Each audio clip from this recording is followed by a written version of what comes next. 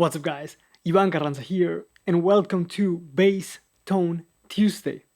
Today I am setting up my pedalboard for the upcoming tour that I have with Doctor Krápula and leaving this week for rehearsals, and then the following week we start the tour. So I figured I would show you my process and what I'm gonna use and how I'm setting things up for this particular tour, because I'm doing some things slightly different. For this I'm going to be using my Dingwall Super P. I love this bass, it sounds amazing, I really like it. And regarding what is changing is I'm still using the Quad Cortex as the main tone shaper, let's say, but I'm also using the Jad Freer Capo in a slightly different way. Previously on past tours I've been using the Origin bass rig, which has worked amazingly well. But here I'm gonna do something, like I mentioned, slightly different, and I'm gonna show you right now why. Now for this tour I am going to try and use the Jad Freer Capo instead of the Origin Effects bass rig. Not because the bass rig is bad, I really like how it sounds. I've been using it for the last 1.5 tours, I think, if I remember correctly. Performed extremely well. I really like how this pedal sounds. It feels and responds like an amp. But just for the sake of experimenting, I want to try and use the Capo that I've tested before, and I've actually done a video about it, but in combination with the Quad Cortex in a slightly different way than before. Because in my previous tours, the bass rig was acting as the amp of the entire setup. So I was sending the effects into the bass rig and then from the bass rig back into the Quad Cortex, and then using impulse responses in the Quad Cortex, and then all my post EQ and so on, my post-processing effects like delay, reverb and so on after the cabinet. Now I'm using the Capo more as just like a DI and final tone shaper. So I'm gonna dial in the sounds here as if this was my main setup, and then go into the Capo and then send this, as you can see, from the XLR to front of house. Right now we have a blank preset, so I'm gonna start dialing in sounds and see where we end up. So here I have on my screen on my right, I have Cortex Control, so I'm gonna show you from a blank preset what I am doing and how. Now here's how the bass sounds with everything off, nothing on the preset, tone control fully open, and I'm using the neck pickup.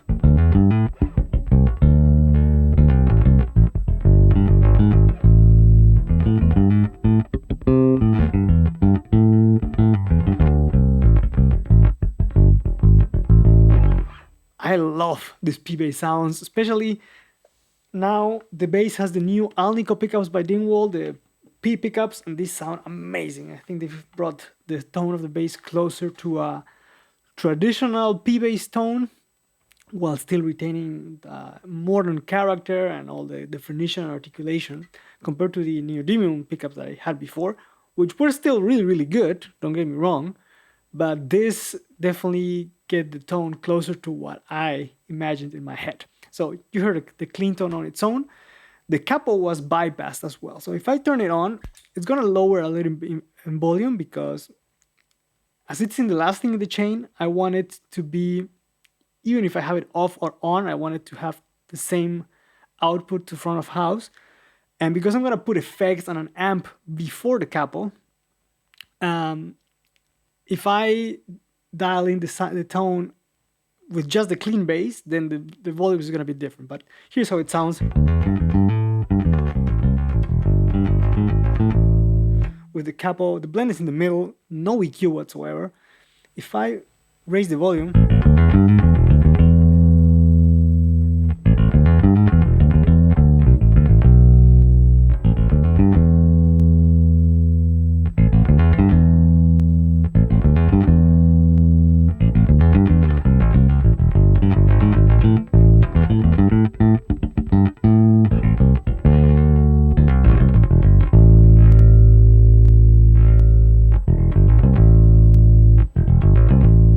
adds a little bit of grit, a little bit of bite, nothing major. I have the blend at 50%, like I said, and the EQ is set flat. The saturation circuits are also at 50%. So it's the signature blend of the Capo. But I need to pull the volume back, like I mentioned. And I'm going to turn it off again. So we're just using the DI of it right now.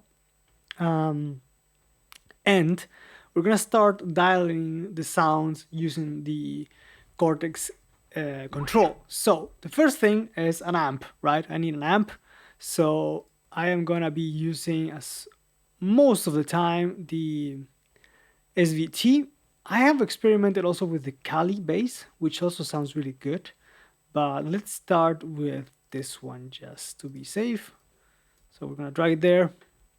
Also, I need a cabinet, and I'm going to use an impulse response. So a single mono.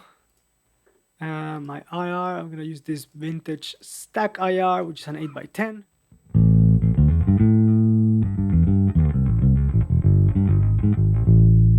Now, it is really dark right now. Of course, no EQ, and I'm running it through an impulse response. So one thing that I'm going to do is boost the master.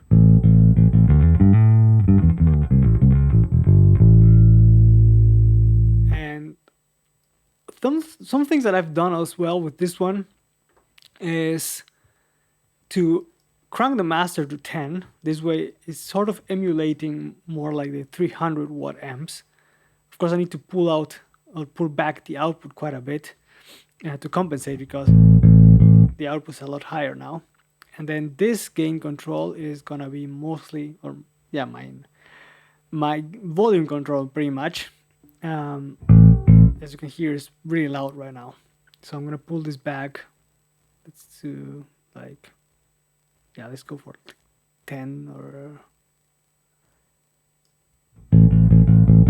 10 dB is good.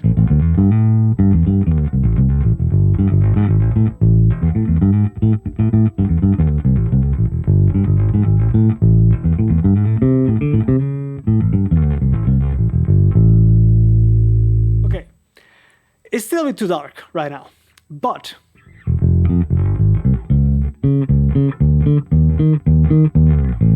I need some mid-range. This is the first thing. So with the frequency, I'm going to go to 800 Hertz, which is here, and boost this a bit.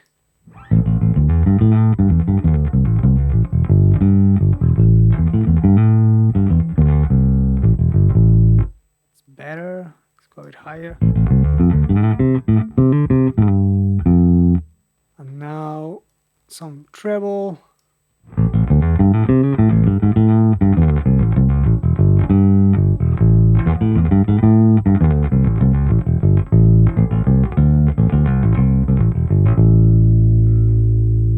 I have this basic tone set up with the SVT, right? And if I turn off the Capo and I turn it on,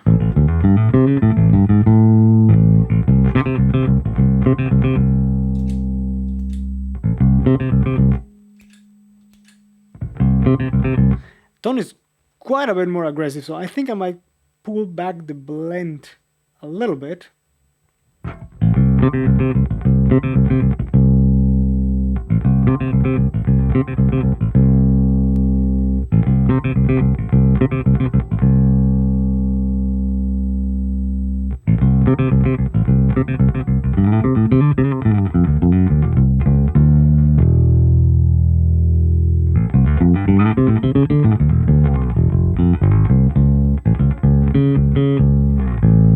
think this is good.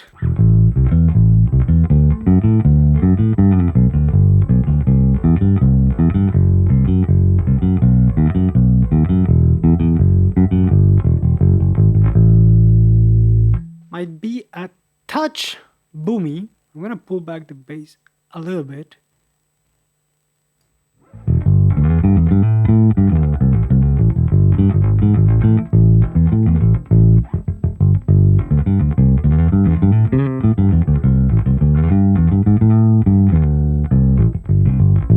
I think that's good. Now, the thing with Doctor Krápula is that I need to change genres of music quite frequently. So even within a song, the songs change styles sometimes, and also of course, within the set.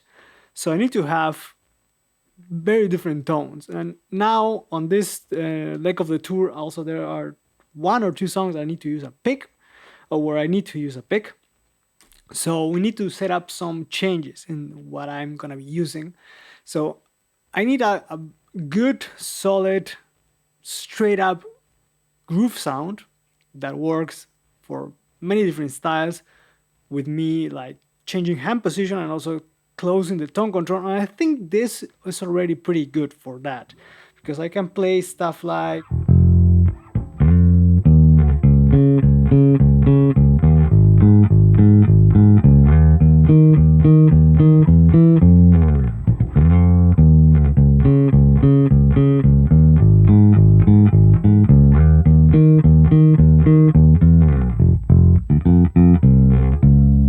it doesn't sound too aggressive, it has definition, and if I hammer the string hard, then it cuts through. If I close the tone control as well,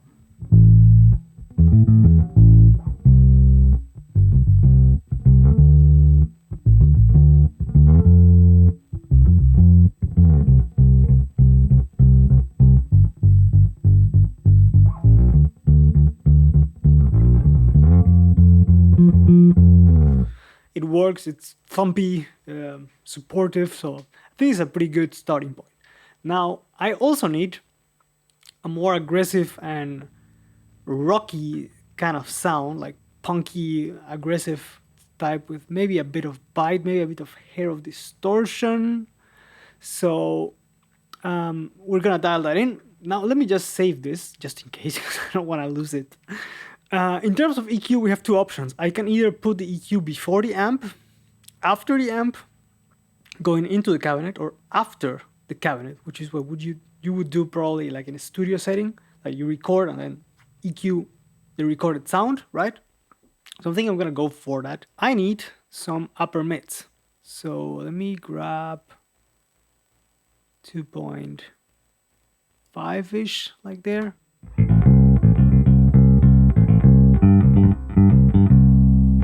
And boost a little bit, but in a peak, if I disable it,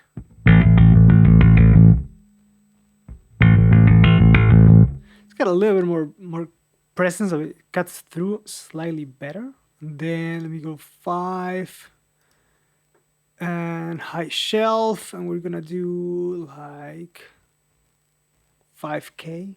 Let's go for 4.5, something around there, and a little bit, not much.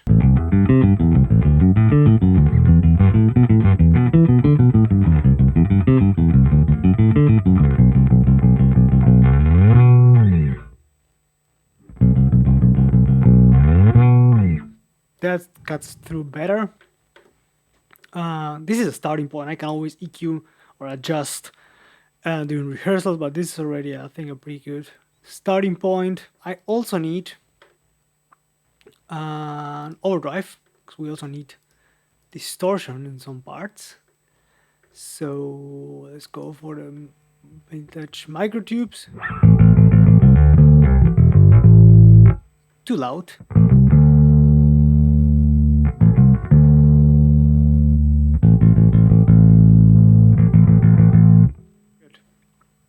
Okay. One thing that I've noticed is when you run these vintage microtubes is that you do lose a little bit of low end, so we might need to go here on the parametric EQ and boost a tiny bit of bass later, but let's dial in the rest of the things first. Now I also need an octave.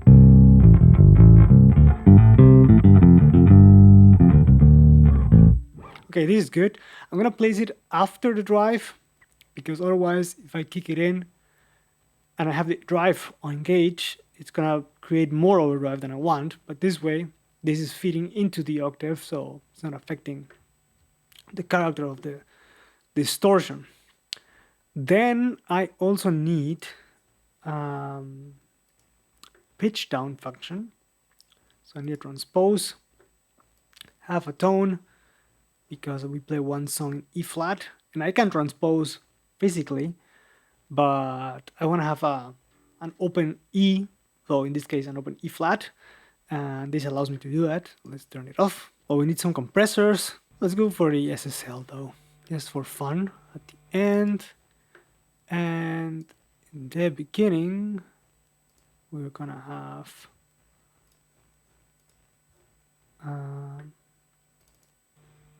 1176. This helps to balance things out and still allows me to keep the feel that I have dynamics.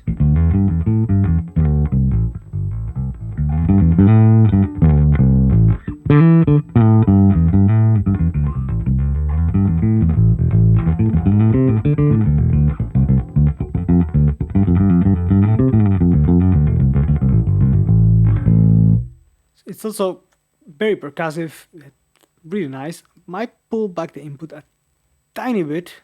Now also need some chorus and reverb and delay. So let's go for delay. I can pick anyone, to be honest. It's just for an intro of a song. Let's go for tape delay and then reverb. Let's make it huge. So whole.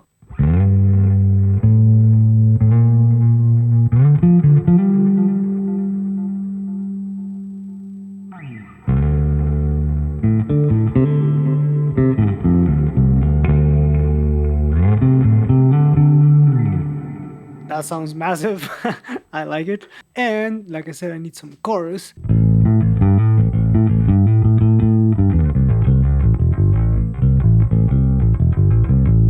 It would be hard to pick out in a mix, but it would definitely give you some more width, a bit more, presence. It would make the bass, it's kind of hard to describe, but I've been experimenting with this a bit recently, but just blending a little bit of chorus in the sound. Maybe I can pull it back even more actually, like let's go like 35%.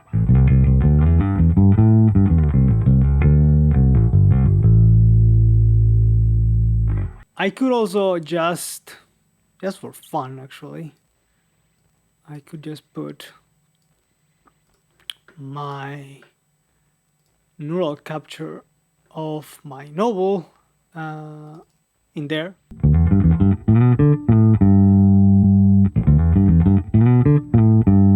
It just gives the sound a bit more present, more body, feels a bit more like, you know, hard to describe, I know, but I like it. I'm gonna put it in there just in case. Yeah, like I said, I need to now set up the scenes, so we just need to dial in now the tone for the sound where I'm playing with a pick. So let's see if I go to my rock track.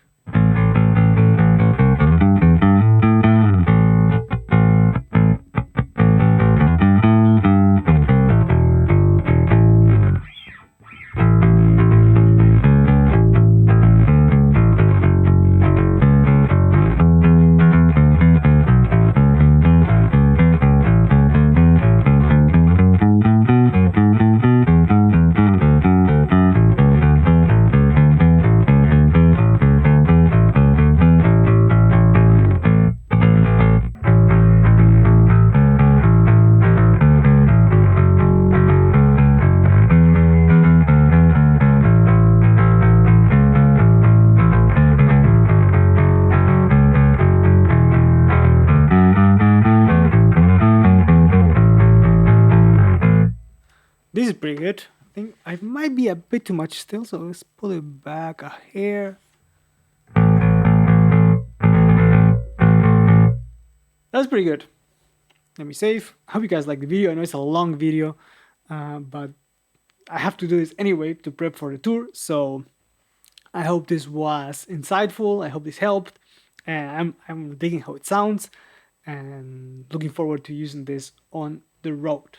So hope you guys like the video. Let me know what you think in the comments, and also don't forget to subscribe, hit the notification bell to stay up to date with the content that's coming to the channel. As always, thank you guys for watching. Let me know what you think in the comments, and I'll catch you guys on the next one. Take care.